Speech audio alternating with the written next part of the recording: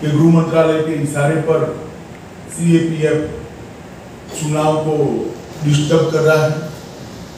दीदी को मैं एक कॉमन सेंस की बात बताना चाहता हूं कि सीएपीएफ जब चुनाव के काम में लगते हैं तब गृह मंत्रालय का कंट्रोल नहीं होता है। पैरामिलिट्री फोर्सेस पर कंट्रोल चुनाव आयोग का होता है। इतनी सादी सीधी बात भी अगर उनको मालूम नहीं है तो मैं मानता हूं कि उनकी बौखलाहट बहुत बड़ी हो गई। हमारे कार्यकर्ताओं पर लगातार हमला होना, हमारे प्रदेश अध्यक्ष दिलीप घोष पर विगत 2-3 दिनों में ही हमला हुआ। कल भवानीपुर में पुलिस स्टेशन के अंदर हमारे कार्यकर्ता बैठे थे, तब उन पर हमला हुआ और इस हमले के खिलाफ तृणमूल कांग्रेस के एक भी नेता की खंडन की टिप्पणी नहीं। ये लोग मुख इशारा कर रहे हैं, मौन इशारा कर रहे हैं कि आप करिए।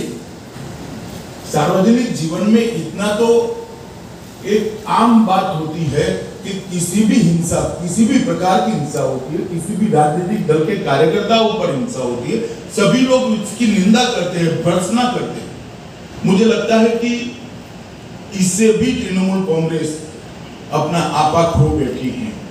जिस प्रकार से इन्होंने माइनॉरिटी वोटर्स को अपील की कि एकजुट हो जाइए और तृणमूल कांग्रेस के लिए वोट करिए, वो बताता है शायद उनके माइनॉरिटी वोट भी अब धीरे धीरे उनसे खिसक रहे, कहीं और जा रहे, और ये डर भी उनको सता रहा है। वरना इस प्रकार की अपील किसी भी मुख्यमंत्री के मुंह से, किसी भी पार्टी के अध्यक्षा के मुंह से मैं नहीं मानता कि ये उचित। इस प्रकार के काम करने की बजाय दीदी को चाहिए कि हार के कारणों का एनालिसिस करें। बंगाल की जनता क्यों इनके खिलाफ है, उसका उनको एनालिसिस करना चाहिए।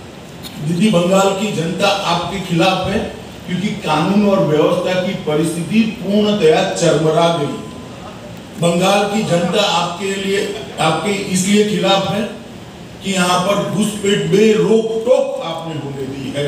अब तो कलकत्ता में बैठे हुए बंगाली बाबू को भी चिंता है कि 10 साल के बाद कलकत्ता की क्या स्थिति होगी, घुसपैठ अगर इसी तरह से चलती। बंगाल की जनता इसलिए आपके खिलाफ है। लाखों करोड़ों जो शरणार्थी आए हैं बांग्लादेश से, उनको नागरिकता देने का कानून मोदी जी लेकर आए। सीएए, अब सीएए का विरोध कर रही है, इसलिए हमारे बंगाल के मतदाता आपके खिलाफ। तुष्टीकरण की आपकी जो राजनीति रही, इसके लिए बंगाल की जनता आपके खिलाफ। दुर्गा पूजा में मूर्ति का विसर्जन करने के लिए कोर्ट की सहायता लेनी पड़ती है, सर्कुलर होते हैं, कुछ एरिया में सरस्वती पूजा नहीं होती। किस प्रकार का शासन आपने बंगाल को दिया है, इसको जरा पीछे मुड़कर देखिए। बंगाल की जनता आपके खिलाफ है क्योंकि कानून और व्यवस्था की परिस्थिति पूर्णतया चरमरा गई। बंगाल की जनता आपके इसलिए खिलाफ है कि यहाँ पर घुसपैठ बेरोक टोक आपने होने दी है। अब तो कलकत्ता में बैठे हुए बंगाली बाबू को भी चिंता है कि 10 साल के बाद कलकत्ता की क्या स्थिति होगी, घुसपैठ अगर इसी तरह से चलती। बंगाल की जनता इसलिए आपके खिलाफ है। लाखों करोड़ों जो शरणार्थी आए हैं बांग्लादेश से, उनको नागरिकता देने का कानून मोदी जी लेकर आए। सीएए, अब सीएए का विरोध कर रही है, इसलिए हमारे बंगाल के मतदाता आपके खिलाफ। तुष्टीकरण की आपकी जो राजनीति रही, इसके लिए बंगाल की जनता आपके खिलाफ। दुर्गा पूजा में मूर्ति का विसर्जन करने के लिए कोर्ट की सहायता लेनी पड़ती है, सर्कुलर होते हैं, कुछ एरिया में सरस्वती पूजा नहीं होती। किस प्रकार का शासन आपने बंगाल को दिया है, इसको जरा पीछे मुड़कर देखिए। इंफ्रास्ट्रक्चर का खस्ता हाल, इंडस्ट्रियल डेवलपमेंट में जीरो डेवलपमेंट, बेरोजगारी चरम सीमा पर, महिला सुरक्षा के सारे पैरामीटर्स ऊंधे मोह गिरे हुए हैं। सब प्रकार के महिलाओं के खिलाफ के अपराध में 1 से 5 नंबर के अंदर बंगाल खड़ा है। टोलबाजी, सिंडिकेट और भ्रष्टाचार अपनी सभी सीमाएं लांघ गया है।